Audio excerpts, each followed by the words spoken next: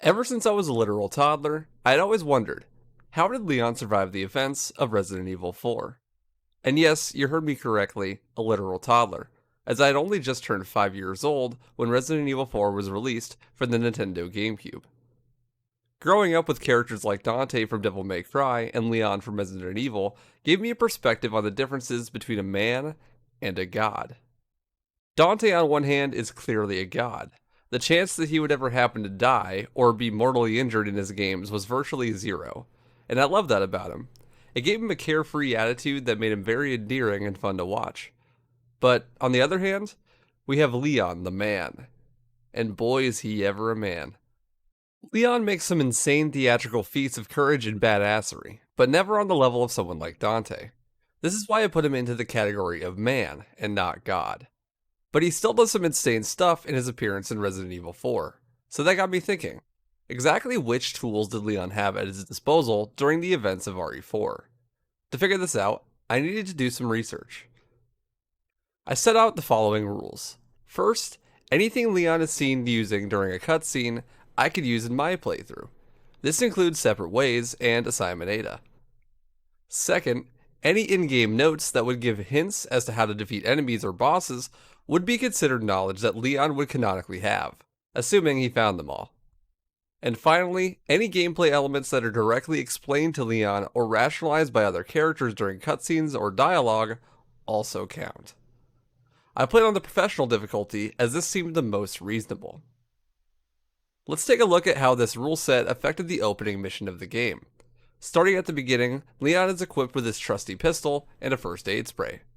The first aid spray being with you at the start to me implies their existence in the world as canon, and therefore can be used.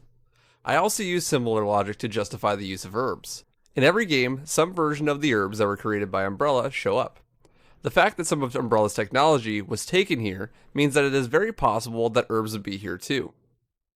From there, Leon just exacts some American foreign policy until we get to the village center, where we have to do some investigating into what exactly Leon had at his disposal.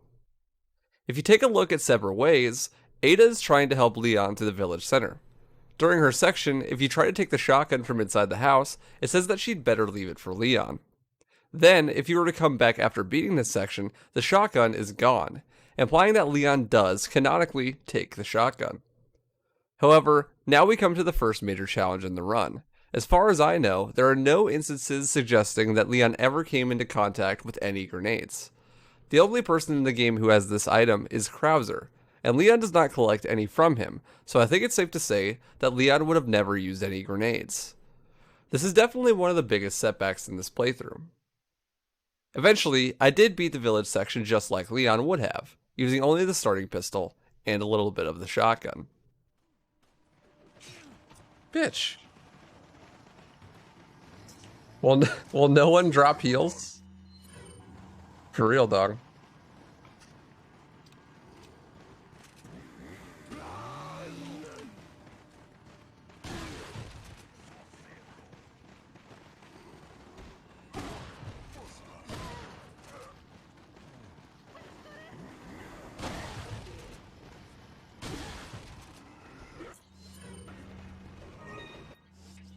There we go. Thanks, buddy.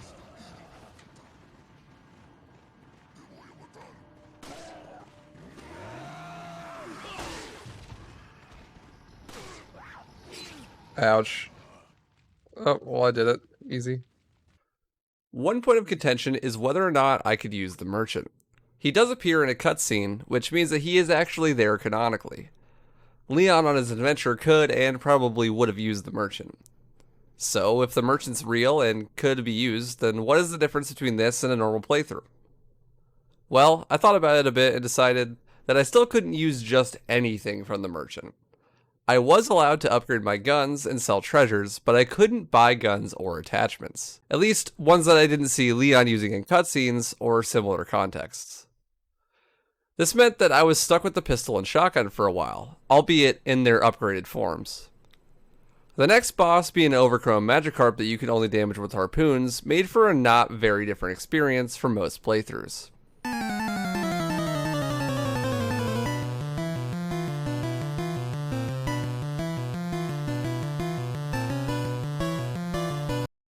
Leon is a good guy, so he would definitely have saved the dog. And with the pupper's help, we absolutely demolished the Gigante. God sides with those who saved the dog.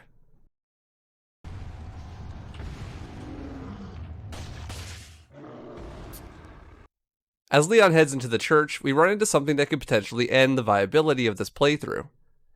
Ashley. I'm not entirely sure Leon could have survived this story with Ashley being annoying as she is. He might just fail his mission and come back with her severed head instead. But canonically, she survives long enough to make a pass at Leon, so I guess we better bring her along. Sorry. Somehow I knew you'd say that, but it doesn't hurt to ask, you know? Whatever. At least we get to get all comfy cozy with Lewis inside the cabin, while Ashley and her hysterics is hiding upstairs. While this section is fairly straightforward, the lack of grenades made it a lot more challenging than a normal playthrough. The Big Cheese is weak to fire, which is really stupid of him, considering he fights at a giant barn that is also on fire. Leon shoots a barrel in this cutscenes, which makes it official that you can use environmental explosives during combat during this playthrough. Unfortunately for me, there's only one barrel in this fight, and Mendez is tanky as hell. I actually thought I was going to run out of ammo a few times while trying to kill him. Well...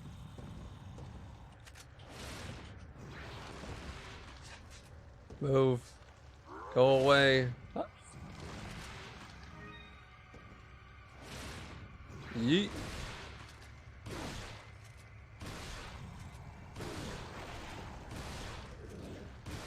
Dude, oranges are gods here. I'm gonna have some later for sure.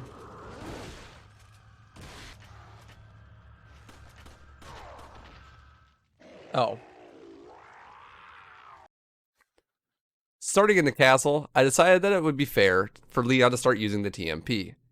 This is because in the room with the free rocket launcher during a SalmonMandela, you see Leon using said TMP. You can buy the TMP as early as 1-3, but I figured waiting till castle was fair. I did decide, however, that Leon would have not picked up the rocket launcher since it is still there in the cutscene, and Leon is never shown firing a rocket launcher apart from the bonus one at the end of the game. So I trudged along through castle, beating some of the hardest rooms in the game with only the starter pistol, the shotgun, and the TMP. And it was actually not too bad. I could definitely see how Leon could reasonably do this. He is a professional after all. As it turns out, it was actually very straightforward until I came into contact with Sadler's right hand, Verdugo.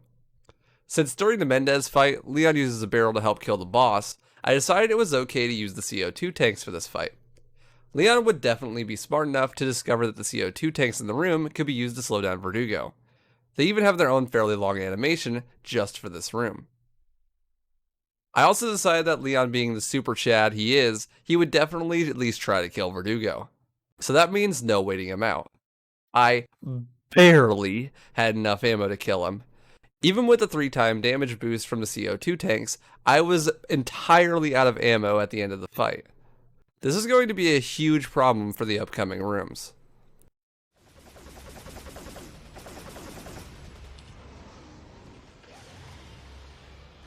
Get fucked. One of the upcoming rooms features 2 Gigante and a lever that lets you dunk one of them inside lava. It seemed to me that Leon would probably not have used this contraption, and I don't think instantly killing a whole boss is very fair, so I fought them without it. With the ammo I retrieved in the last few rooms and a bit of playing around with my approach, I managed to finally kill both of them with almost no ammo left whatsoever.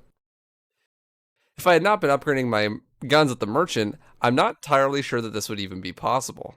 Or, if it was, then you would have to do some very hard strategies involving knifing Verdugo or the Gigantes to death. Please die. I have no health and 2 shotgun shells left. Please don't die. Thank you. Well, I did it, but am I going to be soft locked? The rest of the game is fairly straightforward, with no real hard challenges. In notes that Lewis left to Leon, he teaches him about the regenerators and how to kill them. But since you don't have the sniper, his advice is useless. I opted for a slower strategy for the only regenerator you actually have to kill.